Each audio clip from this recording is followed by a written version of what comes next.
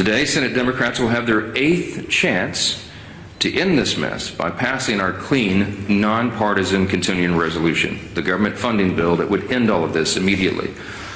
That number came out to 29 out of 30 continuing resolutions. That's how many times he wholeheartedly, enthusiastically supported CRs enacted into law. That's a 97% support rate.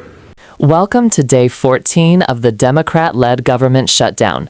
Republicans are blasting Senate Democrats for blocking a clean, nonpartisan funding bill that the House passed weeks ago to keep the government open at current spending levels.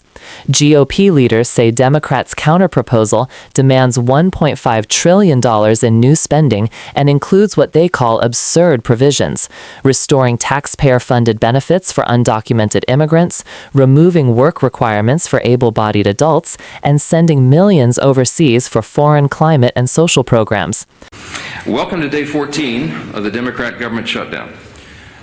It's 2 weeks of Democrats in Congress inflicting untold pain on the American people for nothing other than pure politics, as we've explained at this podium every day of the shutdown.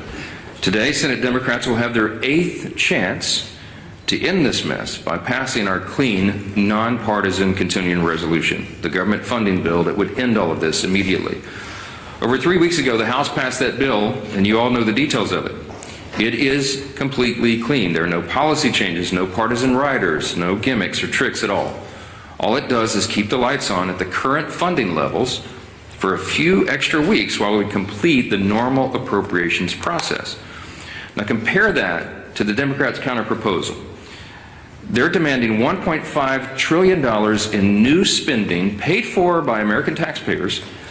And I want you to be specific. I want us to be specific. I want you to know what that counterproposal includes, because we've not yet gone into all the details of it, because it's large and very absurd. But here's some of the highlights of this. It would reverse common sense reforms that Republicans made in the Working Families Tax Cut that keep illegal aliens off taxpayer-funded health care. This is a fact. Page 57, section 2141 of their counterproposal, as we've been posting everywhere. And it would, they would add the illegal aliens, non-citizens, back to taxpayer-funded benefits. It would cost taxpayers nearly $200 billion. They would also remove a very reasonable and modest work requirement that we put on able-bodied young men with no dependents. As we've said, they should not be riding the wagon and taking Medicaid. That is intended for vulnerable populations, the elderly, disabled, and young pregnant women, for example, and not young able-bodied men without dependents who are playing video games. We put that into the law because it's common sense. Their counterproposal would reverse that, so taxpayers would be funding them again. They would make in their counterproposal permanent COVID-era Obamacare subsidies without any income caps or any other reforms at all. They would make that permanent. That would cost taxpayers an estimated $358 billion. They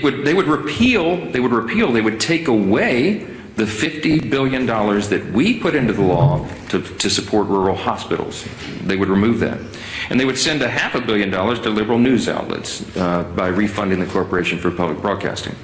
It would also restore up to $5 billion of American taxpayer funds for wasteful spending for international projects. Here's a couple of examples. This is in their legislation, their counterproposal on a CR to keep the lights open. This is what they want to do.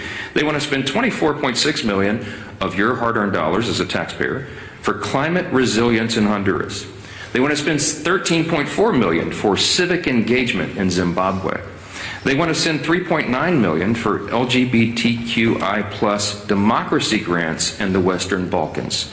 They want to spend $2.9 million of your dollars for desert locust risk reduction in the Horn of Africa. And $2 million for, quote, organizing for feminist democratic principles in Africa. We are not doing that. These are unserious proposals from unserious people, and they are playing games while real Americans are being harmed adversely by the shutdown. Yesterday, I read you an excerpt from President Obama's speech during the 2013 shutdown when he advocated for a clean CR to reopen the government and resume negotiations. It sounded very familiar.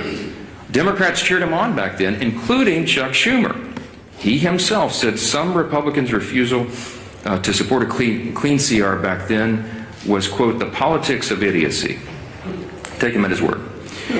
So yesterday we decided to do a little count of the number of times that Chuck Schumer has supported continuing resolutions just since he became the leader of the Democrats in the Senate in 2017. That number came out to 29 out of 30 continuing resolutions. That's how many times he wholeheartedly, enthusiastically supported CRs enacted into law. That's a 97% support rate. What's changed? Well, this time his job is on the line. And we've explained this very clearly because everybody can see the obvious political motivation here behind his decision to shut the government down right now. He helped us avert a shutdown in March by doing the right thing and supporting virtually the identically same continuing CR that we're offering today. And his radical base went crazy and they haven't forgiven him for it. That's why Chuck Schumer is opposed to it today. That's what changed. It's very obvious. This government shutdown is plainly and simply an exercise in image rehabilitation. This is an attempt at image rehabilitation for Chuck Schumer. So selfishly, completely about himself, he is shutting the government down to hurt other people. He needs to show a fight against President Trump so he can keep his left base happy through the next election cycle. How do we know that? Well, his record shows the obvious truth about it. Again, look at the numbers. Chuck Schumer supported CRs to help avert a government shutdown 29 out of 30 times as leader of his party. And he emphatically supported every single CR enacted into law since 2017, except for one. And of course, you won't have to do much research to figure out who was in the White House during that time. If you said Donald Trump, you'd be right. And it doesn't take a genius to see that's exactly the same reason why he's doing causing these antics today. So what you'll also notice about the CRs is that they become routine. It's the routine thing to do around here. It's Washington's bad habit. And a CR was meant to be a temporary measure. Is meant and designed to just keep the government open and funded for the people while Congress finishes its work on a final budget. And that's not happened in a long time. CRs have become too common. It's the status quo. It's not the way the founders intended for this process to work. The appropriations process was envisioned to be an exercise in good stewardship. They wanted the members of Congress to have open, transparent, bipartisan, line-by-line debate so that we could spend the people's money wisely. And that's precisely what Republicans are so eager to return to and what we have achieved. We are pushing that boulder uphill, as I've said, and for the first time since 2019, both chambers, House and Senate, have made real progress towards that stewardship goal. But we just need a little more time to finish it. That's the only thing the House passed CR does. It's a clean, short-term, nonpartisan continuance of funding so that that process can work out. Now, you've all heard Chuck Schumer demand that Republicans have to come to the negotiating table. Well before, this is an important answer to some of the questions that I anticipate you'll ask later because it comes up in every press conference. Why won't you negotiate? Here's the point. We were already doing that. Before the Democrats recklessly shut down the government for their own political purposes, Republicans and Democrats were already engaged in responsible, open, bipartisan processes to find answers to these problems. And what Chuck Schumer means when he says that he wants us to negotiate is that he is demanding, and he said it publicly, I can't believe he says the quiet parts out loud sometimes, but he wants a backroom deal. He wants a backroom deal that the American people will never see. He literally has said, we need the top 4 leaders to go into a room and work this out. Why does Chuck Schumer say that? Because that's how he's operated for decades. He's been in Congress since 1980. I was 9 years old in the 3rd grade when Chuck Schumer got here, okay? He is the broken status quo. We are trying to break the status quo so government works better for the people. And Chuck Schumer is resistant to that because he can't even imagine the way the founders intended for this to work. He doesn't want this open, everybody involved, all members, bottom-up process. He wants 4 people to go in a back room and just make this deal and hoist it down upon everybody else. I'm not participating in that. Chuck Schumer doesn't like that. He doesn't like that we're trying to get Washington to work again because he doesn't know how to operate in that kind of system. And we're certainly not going to allow the American people to be taken hostage for his political gain.